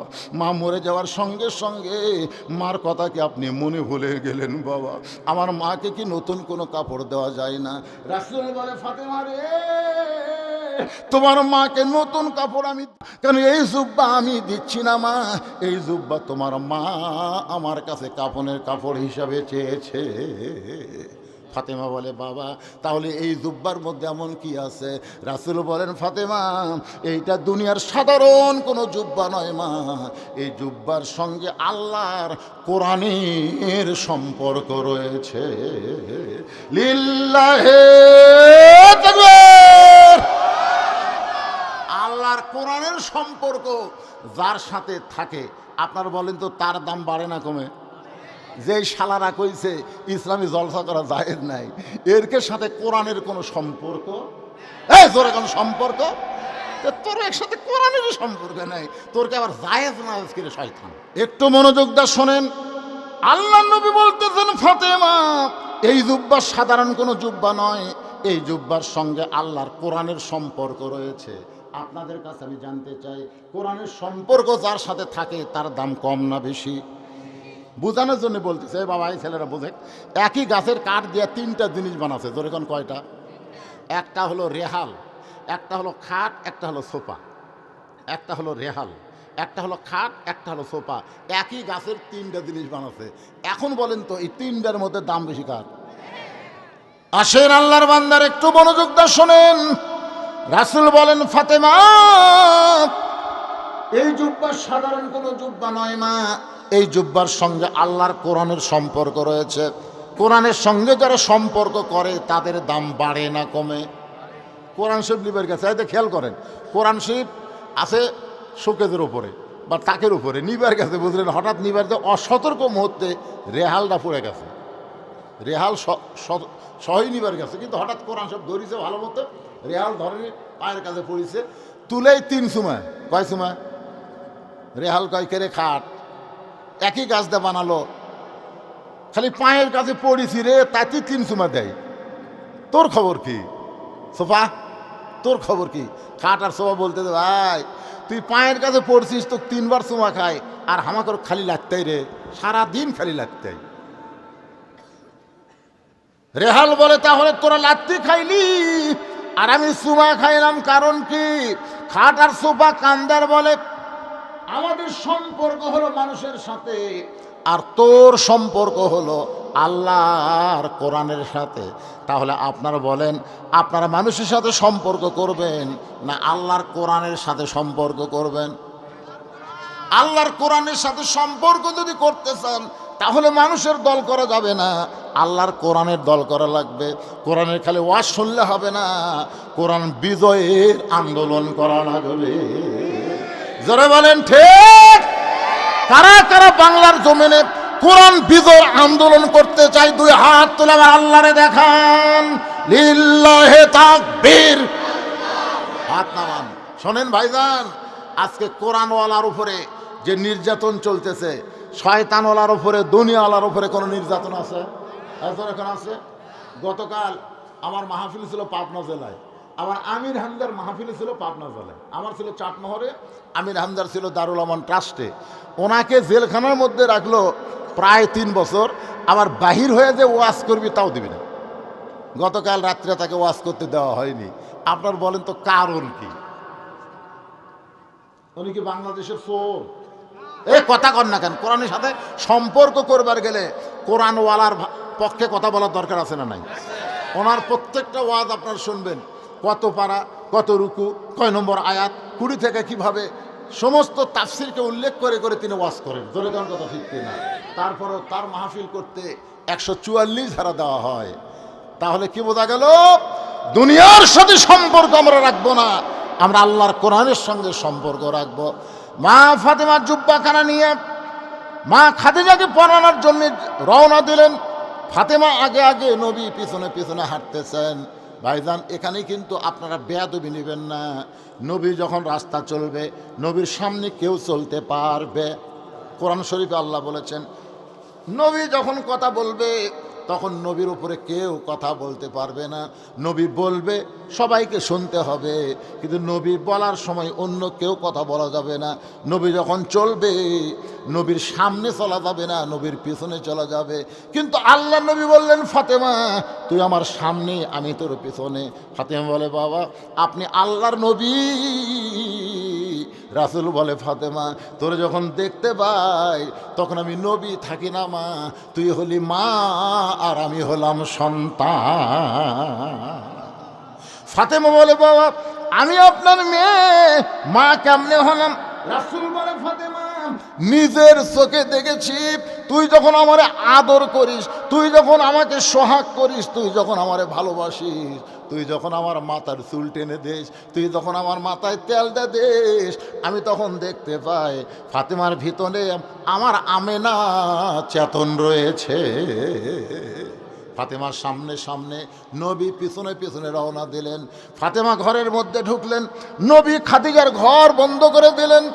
নবীর মেয়ে ফাতেমা বাবার জুব্বা মাকে পরানোর জন্য ঘরের মধ্যে ঢুকে, ওই জুব্বাটা পরানোর পরে যেই মাত্র দরজা খুলেছে, নবী তাকায় দেখে ফাতেমা মুস্কি মুস্কি হাসতেছে। ফাতেমা মুস্কি মুস্কি হাসি দেখে নবী আশ্চর্য হয়ে গেলেন। নবী বললেন, মা তোর মাকে কাফনের কাপড় পরানোর পরে তুই মুস্কি মুস্কি হাসি হাসি দিয়া দরজা খুলিস। ফাতেমা বলে, বাবা কানতে কানতে কেন ঢুকলাম এটাও যেমন আপনি জানেন, হাসতে হাসতে দরজা খুললাম এটাও আপনি জানেন। নবী বলে, ফাতেমা কানতে কানতে তুই ঢুকলি আমি জানি, কারণ মেয়ে তার মাকে কাফনের কাপড় পরাবে, অবশ্যই কানবে, কিন্তু হাসতে হাসতে দরজা খুললি এটা আমি জানি না, আমি জানি না। ফাতেমা বললেন, বাবা তাহলে খালি আপনি বাহিরের খবর জানেন, ভিতরের খবর জানেন না। রাসূল বলে, ফাতেমা গায়েবের মালিক হলো আল্লাহ, আমি নবী গায়েবের মালিক না, আমি নবী কিছুই জানি না, আল্লাহ জানাইলে আমি জানি। এখন থেকে আপনারা বলবেন গায়েবের মালিককে, আরো জোরে। অনেক মুরিদ কয় আমার এলাকায়, আমার বাবাও গায়েব জানে রে, আর বাবা বলে গায়েব জানে। মুরিদরা বসে আছে, বাপ হঠাৎ আল্লাহ না ইল্লাল্লাহ না এই সব কয়টা মুরিদ কাঁথিয়া পড়ছে।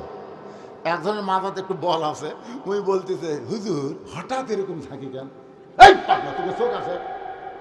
আমি চোখ বন্ধ করে দেখলাম কাবার ধারে তাকে মুরগি ঘুরতেছে, এখান থেকে ইল করে মুরগি রেখে দাই দিলাম। মুদির হাই রে বাবা, কোথায় কাবার কোথায় বাবা, কি বাবার চোখ রে। বাবা বসে থাকে বাংলাদেশের 18 শীত, আর চোখ বন্ধ করে কাবার মুরগি খেদায়। তো মুরিদের বউ আবার এটা শুনছে, বুঝলেন? দেখি তোর বাপ কেমনে কাবার মুরগি খেদাই, আজকে দুপুর বেলা পরীক্ষা হবে। তো মুরিদ বাপকে নিয়ে এসে খাওয়ানোর জন্য বউ ভাতের তলে মাছ দিয়ে, ভাজা মাছ ভাতের তলে দিয়ে উপরে ভাত দিছে, দিয়ে বাবার সামনে দিছে। এখন মুরিদ কই করে বাবারে ভাত দিলি তরকারি দিবা না? বাবু বলতেছে তোর বউকে আমার ভাত দিল তরকারি দিল না। এই বাবারে ভাত দিলে তরকারি দিবা না? বউ বলতেছে আসতেছি। বাবা মুচকি মুচকি হাসে, যাক রে আজকে তরকারি উচিলে ওর বউটাকে দেখা যাবি রে, আসতেছে। তার মানে কি আনতেছি না, আসতেছি। কিছুক্ষণ পরে মুড়িয়া ঝাঁটা, যে ঝাঁটা দিয়ে গোবর ঝাঁট দেয়, তোর এখন কি ঝাঁট দেয়? ওই বিছনাপাতি ঝাঁট দেয়, সে তো ভালো ঝাঁটা। আর গোল ঘর যেটাতে ঝাঁট দেয় ওটা হলো কি মুড়িয়া ঝাঁটা। ওই ঝাঁটা নিয়ে হাজির। মুরিদ বলে কেরে বউ তরকারি বাদ দা ঝাঁটা কেন? বলে তোমার বাবার মুখে মারার জন্যে, যে বাবা চোখ বন্ধ করলে কাবার মুরগি খেদায় আর ভাতের তলে ভাজা মাছ দেখবার পায় না, এই বাবা ঝাঁটা ছাড়া উপায় নাই। ধরে কোন কথা ঠিক কি না? আজকে এই ভণ্ডগুলো এক ঝাঁটা ধরা লাগবে। ধরে কোন কি ধরা লাগবে? বাংলার জমিনে কোনো ভণ্ডের আস্তানা থাকবে? কখন থাকবে না? যেই কোরআনের ওয়াজ শুনতেছেন, এই কোরআনের সঙ্গে যদি সম্পর্ক করতে পারেন। ফাতেমা বলে বাবা তাহলে আমি কেন হাসতেছি আপনি জানেন না? রাসূল বলে ফাতেমা তুই কাঁদতে কাঁদতে ঢুকলি এটা আমি জানি, কিন্তু হাসতে হাসতে দরজা খুললে আমি জানি। ফাতেমা বলে বাবা তাহলে শোনেন।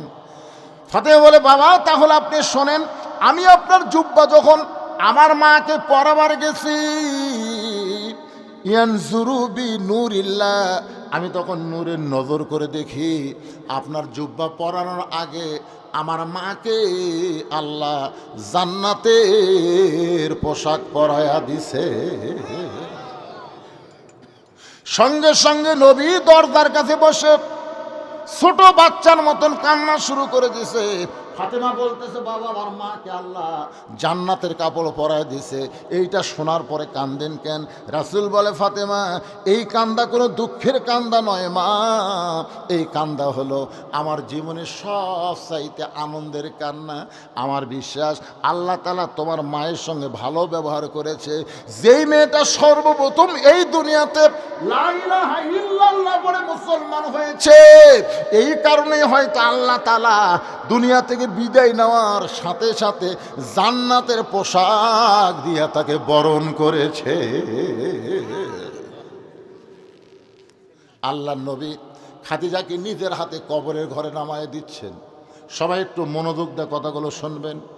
বাজান 25শে ডিসেম্বর আমার মা দুনিয়া থেকে বিদায় নিছে। বিদায় নেওয়ার সময় একটা কথাই বলতো বাজান কবরে গেলে আমার কি খবর হবে? তুই একটা আলেম ছেলে, তুই আমার জন্য কি করবি?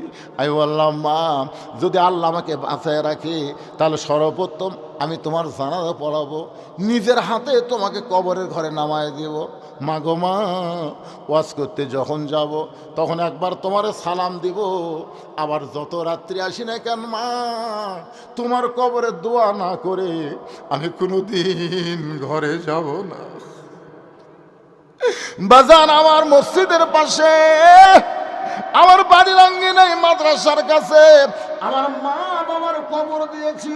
একটু মনোযোগ দিয়ে শোনেন, নবী খাদিজাকে কবরের ঘরে নামায় দিচ্ছেন, নবীর চোখটা দর দর করে পানি পড়তেছে। আবু বকর বলে, ইয়া রাসূলুল্লাহ, এমন করে যদি আপনি কান্দেন গো নবী, তাহলে আমরা কেমনে সহ্য করব? রাসূল বলে, আবু বকর, আজ থেকে কে আমার জন্য দাঁড়িয়ে থাকবে? আমি যত রাত্রি ফেরত আসি না কেন, কোনোদিন খাদিজা বলে আমাকে ডাক দেওয়া লাগে নাই। কোনোদিন 1টার সময়, কোনোদিন রাত 2টার সময়, কোনোদিন রাত 3টার সময়, আমি যেই মাত্র ঘরের দরজায় সঙ্গে সঙ্গে খাদিজা দরজা খুলে দেয়। আমি নবী আশ্চর্য হয়ে বলে, খাদিজা, আমি যখনই আসি, যত রাতে আসি, আপনি আসা মাত্র দরজা খোলেন, আপনি কি ঘুমান না? খাদিজা বলে, নবী গো, ওই দিন একলা ঘুমাবো যেদিন আমার মরণ হবে। আমি যতদিন হায়াতে থাকবো, আপনাকে বুকের মধ্যে না নিয়ে আমি কোনোদিন ঘুমাবো না। রাসূল বলে, খাদিজা, আমি তো আপনাকে ডাক দেই না, আপনি কেমনে করে বোঝেন দরজা খোলেন? খাদিজা বলে, হুজুর, আপনি হলেন মিশকাম্বর, আপনার দেহের সুগন্ধ। আপনি যখন চলে যান তখন আমি দরজার কাছে নাকটা লাগায়া দাঁড়ায়া থাকি। আপনি যখনই আসেন তখন আপনার সুগন্ধ আমার নাকের মধ্যে ঢোকে, আমি দরজা খুলে দেই। রাসূল বলে, আবু বকর, আজকে খাদিজা দুনিয়া থেকে বিদায় নিল রে। আমার খাদিজা একা একা কবরের ঘরের মধ্যে থাকবে, আমার জন্য আর কেউ দরজা খুলবে না। কবরে মাটি দেওয়ার পরে সবাই যখন চইলা যায়, এমন সময় নবী আমার খাদিজার কবর ছাড়েন না, কবরের পাশে দাঁড়ায় থাকেন। 1-1 ঘন্টা হয়ে যায়, কবরে আল্লাহ মুনকির নাকির পাঠায় না। নবী বলে, আল্লাহ, খাদিজার কবরে কি মুনকির নাকির পাঠাবেন না? আল্লাহ বলে, মুনকির নাকির কেমনে যাবে? আপনি কবরের পাশে দাঁড়ায় আছেন, কবর থেকে সরে যান, তারপরে মুনকির নাকির যাবে। রাসূল বলে, আল্লাহ, আমি খাদিজার কাছে ওয়াদা দিয়েছি, মুনকির নাকিরের প্রশ্ন খাদিজা উত্তর দিবার পারবে না, আমি খাদিজার পক্ষে একটু উত্তর দিবার চাই। আল্লাহ ডাক দেওয়া, হাবিব রে, আপনি মুনকির নাকিরের প্রশ্নের উত্তর দিবেন খাদিজার পক্ষে, এই জন্যে কবরের পাশে দাঁড়ায় আছেন। আজকে আপনি বলেন তো, খাদিজা যেমন আপনি ভালোবাসেন, আমি আল্লাহ তেমন ভালোবাসি। খাদিজা আপনার বউ হয়, আর খাদিজা আমার বান্দি হয়। সর্বোত্তম যেই বান্দি আল্লাহরে গ্রহণ করেছে, দুনিয়া থেকে কবরের চিন্তা করেছে, কবে মৃত্যু হবে, কবরে কেমনে থাকবে এই চিন্তা করে চোখের পানি যারা বালিশ ভিজায় দেয়, আমি আল্লাহ এত নিষ্ঠুর না গো নবী, আমি তার কবরে মুনকির নাকির পাঠাবো। বরং শুনে নেন, খাদিজার কবুল করে খাদিজার পক্ষ থেকে আমি আল্লাহ তাআলা মুনকির নাকিরের উত্তর দিয়া দিলাম। রাসূল কান্দে। আল্লাহ বলে, হাবিব, এরপর আপনি কেন কাঁদতেছেন? আল্লাহ নবী বলে, আল্লাহ, খাদিজার প্রশ্নের উত্তর আপনি দিয়া দিলেন, কিন্তু আমার উম্মতেরা যখন একা একা কবরে যাবে, আমার উম্মতের খবর কি হবে? আল্লাহ কয়, হাবিব রে, আপনি যত জায়গায় যান আপনার উম্মতকে ছাড়েন না। শোনেন, আপনার উম্মত যদি নামাজ নিয়ে কবরের মধ্যে আসে, নামাজ নিয়ে যদি কবরের মধ্যে আসে, মনে করে এশার নামাজ পড়েছে, ফজরের নামাজের আগে মৃত্যু হয়ে গেছে, আবার ফজর পড়েছে, জোহরের আগে মৃত্যু হয়ে গেছে, আবার জোহর পড়েছে, আসরের আগে মৃত্যু হলো, এইরকম নামাজ নিয়ে যারা কবরের মধ্যে আসবে, মুনকির নাকির যখন প্রশ্ন করবে, মান রব্বুকা, তোমার রবকে, সঙ্গে সঙ্গে নামাজ দাঁড়িয়ে যাবে। নামাজ বলবে, রে মুনকির নাকির, কাকে রব সম্পর্কে প্রশ্ন করতেছিস? দুনিয়ার জীবনে কষ্ট করে, দুনিয়ার জীবনে ঠিক মতো ঘুমাতে পারে নাই, যেই মানুষটা কবরে ঘুমালো, তারে তুই মান রব্বুকা প্রশ্ন করিস? মুনকির নাকির রে, তুই কি বলতে পারিস এই লোকটা সারা জীবনে কয় ওয়াক্ত নামাজ পড়ছে? তুই কি হিসাব জানিস? মুনকির নাকির বলে, আমাকে তো ক্যালকুলেটর নাই। মুনকির নাকির, কত রাকাত নামাজ পড়েছে সেটা কি বলতে পারিস? কই ওয়াক্তই বলতে পারিস, রাকাত কেমনে কব? এবার নামাজ বলে, রে মুনকির নাকির, এই লোকটা মসজিদের মধ্যে ঢুইকা নিয়ত করার পরেই বলেছে আলহামদুলিল্লাহি রব্বিল আলামিন, রুকুতে গিয়ে বলেছে সুবহান রব্বিয়াল আজিম, সেজদাত গিয়ে বলেছে সুবহান রব্বিয়াল আলা। এতবার রব রব রব করে যে ব্যক্তি দুনিয়া থেকে কবরের মধ্যে ঘুমাইলো, আবার তাকে রব সম্পর্কে প্রশ্ন করিস? তোদের কি লজ্জা নাই? তোদের কি লজ্জা নাই? মুনকির নাকির বলে, আল্লাহ তোমার বান্দাকে মান রব্বুকা প্রশ্ন করার কারণে নামাজ যে খাবা খেপছে, আমরা কি করব? আল্লাহ বলে, মুনকির নাকির শুনে নে, যে নামাজ নিয়ে কবরে আইছে তার রবের উত্তর হইয়া গেছে। এখন আপনারা সবাই সুবহানাল্লাহ করলেন না, কি জন্য করলেন না বুঝতে পারছি, কারণ আপনাদের ভাগ্যে নাই। তো যারা সুবহানাল্লাহ এইবার কয়নি, ওই কুত্তের ন্যাস বলতে মুড়ির জায়গায় হুজুর ধনী হওয়ার চাই, এমন কোনো মন্ত্র আছে যে মন্ত্রতে দিন হাজির করা যায়? হুজুর পীর সাহেব শিখাই দিছে, ওই সে দোয়া পড়া দিন এসে হাজির। দিন এসে বলতেছে, যাবো না হুজুর, আমার ডাকলেন কেন, কি চান? বলে, আমার ভাঙ্গা বাড়ি চাঙ্গা করে দাও। ভাঙ্গা বাড়ি চাঙ্গা করার পরে বলতেছে, হুজুর কি চান? বলে, টাকা পয়সা চাই। টাকা পয়সা দেওয়ার পরে বলে, হুজুর কি চান? বলে, ভালো ভালো খাবার চাই। ভালো ভালো খাবার আনা দেয়, হুজুর কি চান? আর কিছু চাই না। না চাইলে আমি কিন্তু কাজ চাই, কাজ একটা দেওয়া লাগবে, না দিলে আপনার ঘাড় ভাঙবো।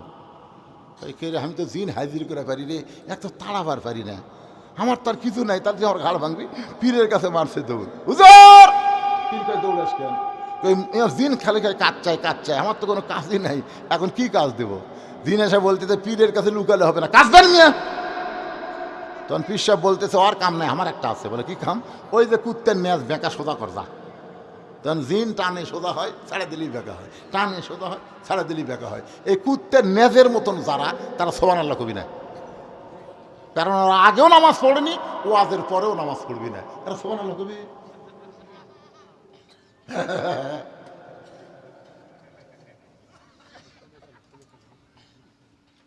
বাইরে যুবকেরা মাহফিল করলো, এই যুবকদেরকে আগে নসিহত করি, বাবা যুবকেরা, তোমরা যারা কষ্ট করে মাহফিল করতেছো, তোমরা কি মাগরিব এশার নামাজ পড়ছো? একটাও মনে হয় নাই। কাজে কাজ, কিসের কাজ? এত রাত্রে কি কাম রে? রাত 12টা বেজে গেছে, এই সময় করে কাম আছে? ইচ্ছা করলেই 1টা 2টা পর্যন্ত ওয়াজ করা যায়, কিন্তু ফজরের জামাত নিয়ে বলো টেনশন হওয়া লাগে। ধরে কোন কথা ঠিক ঠিক। মাগরিবের পরে এখানে উপস্থিত, মাগরিবের পরে আমি এখানে উপস্থিত হয়েছি। আমি নিয়ত করছিলাম রাত 9টা 9:30টার দিকে আমাকে টেজে দিবে। আমি বারবার বলছি, বাবা শীতের দিন, মানুষকে বেশি রাত কষ্ট দেওয়া যাবে না। ওরা ওই জাতাই, ওই জাত 10টার দিকে দিলে এখন কী করবেন? ওয়াজ না করলে তো 12টা বাজে যায়। 2 নম্বর প্রশ্ন হবে, আমা দিনুকা, তোমার দিন কি? দিন কায়েমের আন্দোলন, কোরআন বিজয়ের আন্দোলন করে যারা কবরে যাবে, দিন কায়েমের আন্দোলন তার পক্ষে উত্তর দিবে। 3 নম্বর প্রশ্ন করবে, আমার নাবিউকা, তোমার নবীকে, নবীর সুন্নত নিয়ে যারা কবরে যাবে, বিশেষ করে দাড়ি সুন্নত। জোরে কন, কি সুন্নত? সকালবেলা দাড়ি কামাছে, বিকালেই মরছে, এরকম আছে না নাই? সকালে কামাছে, বিকালই মরছে। এখন ফেরেশতা বলতেছে, আমার নাবিউকা, তোর নবীকে। নবী বলবে, সোপার দিকে তাকে দেখতো। এক মেয়ে আমারে কইছে, হুজুর আমি স্বামীরা বাইরে গেলে মেয়েরা খালি আমার স্বামীর দিকে তাকায়। হুজুর, আমার স্বামী তো শাকিব খানের মতন সুন্দর, তো ওরে নিয়ে বাইরে গেলেই খালি মেয়েরা আমার স্বামীর দিকে তাকায়। তো মেয়েদের এই বদ নজর থেকে রক্ষা করার কোনো দোয়া আছে? আমি বললাম, মা দোয়া নাই, তোমার স্বামী চাচা বানাও। মেয়ে কয়, হুজুর আপনি কেমন আলেম, স্বামী কোনদিন চাচা বানান যায়? এই আমি কি তোকে চাচা কবার করছি? চাচা বানাবার করছি। তো বলে, চাচা কেমনি বানাবো? বলে, যেভাবে হোক দাড়ি রাখা। এখন 4 আঙ্গুল দাড়ি আছে। ওই মেয়ে আমার মোবাইল করে, হুজুর আমি স্বামী লিয়া ঘুরি, একটা মেয়েও আমার স্বামীর দিকে তাকায় না। যারা তাকায় তারা সালাম দেখে, চাচা কেমন আছে? আমার কলজা ভরা যায়, যাকে ভাই করেই রাগ ধরে। কোনো মেয়ে যদি কয় ভাই, তাহলে আমার কলজা কাঁপা ওঠে। যখন চাচা কয় তখন আলহামদুলিল্লাহ। তো তাহলে একটা মাকে আমি বলতেছি, মা তোমার স্বামীকে নবীর সুন্নত রাখার চেষ্টা করো মা, যদি তুমি একা একা স্বামীকে পাবার চাও। আর স্বামী যদি তোমার দাড়ি চাঁচা হয়, অন্য মেয়েও কিন্তু ওভার ডিউটি করবার চাবি। ধরে কোন কথা ঠিক জাতের ওয়াজ দিছে, ভালো কথা কইনি। এখন সেই দাড়ি নিয়ে কবরে গেলে মুনকির নাকির যখন বলবে আমার নাবিউকা, তোমার নবীকে, নবী দূর থেকে দৌড়ে এসে বলবে, রে মুনকির নাকির, কাকে নবী সম্পর্কে প্রশ্ন করিস যে আমার দাইনি সুন্নত দাড়ি নিয়ে কবরে আইছে? ও আমাকে নবী বলার আগে আমি নবী ওকে উম্মত হিসাবে স্বীকার করে নিলাম। আজকের আলোচনা বক্তা শ্রোতা সবাইকে আল্লাহ আমল করা তৌফিক দান করুক। সকলে বলে আমিন। সকলে ইস্তেগফার পড়ুন। আস্তাগফিরুল্লাহ রব্বি মিন কুল্লি জামবি ওয়া তুবু ইলাই, আস্তাগফিরুল্লাহ রব্বি মিন কুল্লি জামবি ওয়া তুবু ইলাই, লা হাওলা ওয়ালা কুওয়াতা ইল্লা বিল্লাহিল আলিয়্যিল আযীম। ভাইজান, আমার একটা মাদ্রাসা আছে, মাদ্রাসার সৌজন্য একটা বই, এটা কিন্তু আপনারা দান করার সব পাবেন। বই তো বিনিময়ে পাবেনই, কিন্তু যে টাকাতে বই কিনলেন ওই টাকাটা সম্পূর্ণ এতিমদের পিছনে খরচ হয়। মাত্র 50 টাকা হাদিয়া, সুন্নতের বাগান, অত্যন্ত গুরুত্বপূর্ণ একটা বই। মোনাজাতের পরে টেজের উপর সামান্য কয়টা আছে, আপনারা নিয়ে যাবেন। নাম হলো সুন্নতের বাগান, রাসূলের সুন্নতের উপরে আলোচনা। মহিলা নগদ দিছে ৭,৫১০, পরে 500, মোট ৮,০১১ টাকা। আর পুরুষ দিছে ৭,৭৮৮। আপনারা বলেন তো কে জিতল? এমনি প্রধানমন্ত্রী? আল্লাহ জানে।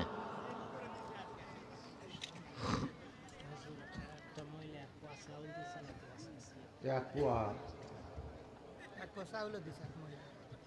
পয়সা হইলে দোয়া আমার মাইকত কোয়া লাগবে কি?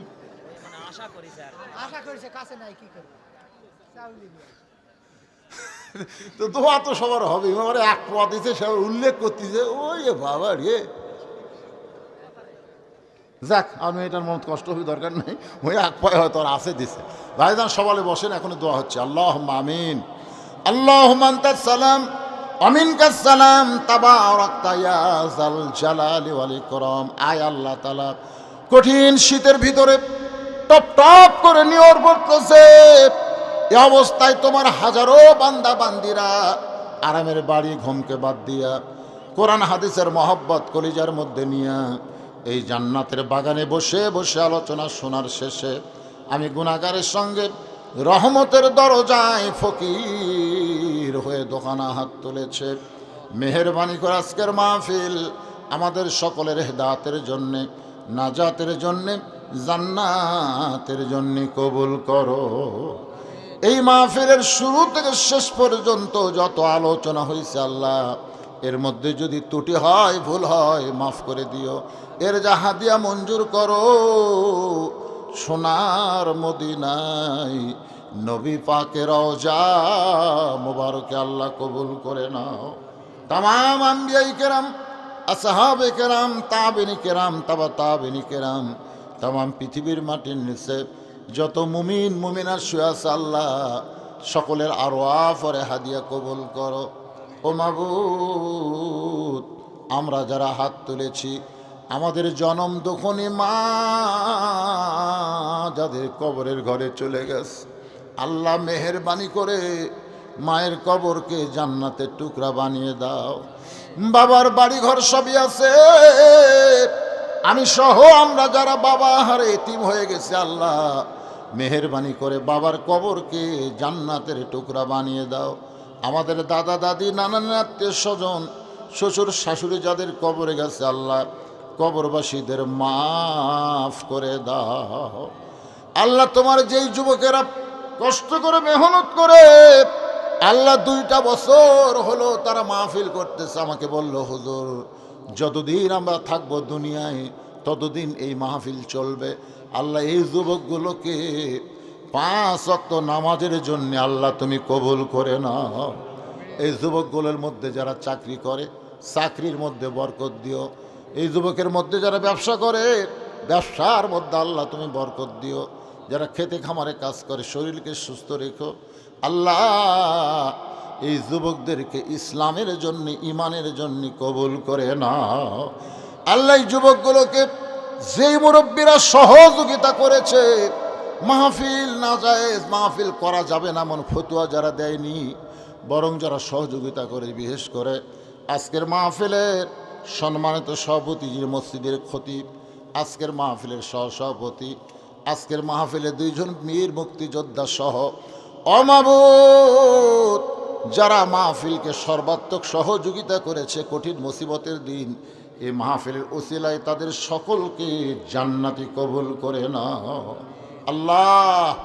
গোটা বিশ্বের মুসলমানকে তুমি হেফাজত করো, বাংলাদেশের প্রতি খাস রহমত নাজিল করো আল্লাহ। আজকের মাহফিলের সম্মানিত প্রধান অতিথি ইউনিয়ন পরিষদের চেয়ারম্যান এসেছে আসেন আমি জানি না, দোয়া করি আল্লাহ তাকে জনগণের খাদেম হিসাবে কবুল করে নাও। আয় আল্লাহ তাআলা, পর্দার অন্তরালে আমার মা বোনেরা আবিদা সালিহা পর্দানিশী কবুল করে মা ফাতেমার চরিত্র দান করো। আমি সহ আমরা যারা অসুস্থ হয়ে আছি আল্লাহ সুস্থতার নিয়ামত দান করো। ফিলিস্তিনের মুসলমানকে হেফাজত করো আল্লাহ। বাইতুল্লাহ আবরাবাসা থেকে আবাবিল পাখি দিয়ে তুমি হেফাজত করেছ। ফিলিস্তিনের মুসলমানের মাধ্যমে তোমার বাইতুল মুকাদ্দাসকে তুমি হেফাজত করো আল্লাহ। যারা জীবন দিয়েছে সব জীবনগুলোকে শাহাদতের মর্যাদা দান করে দিও। বাংলাদেশের প্রতি রহম করো। সমস্ত সংঘাত বিশৃঙ্খলা থেকে আমাদের বাংলাদেশকে তুমি হেফাজত করো। অত্র এলাকার কিশোর যুবকদেরকে আল্লাহ তুমি ভালো পথে কবুল করে নাও আল্লাহ গো। তোমার রহমত বরকতের দরজা খুলে দাও। যেদিন আমাদের মৃত্যু হবে দিনটা যেন জুমার দিন হয়, মাসটা যেন রমজান মাস হয়।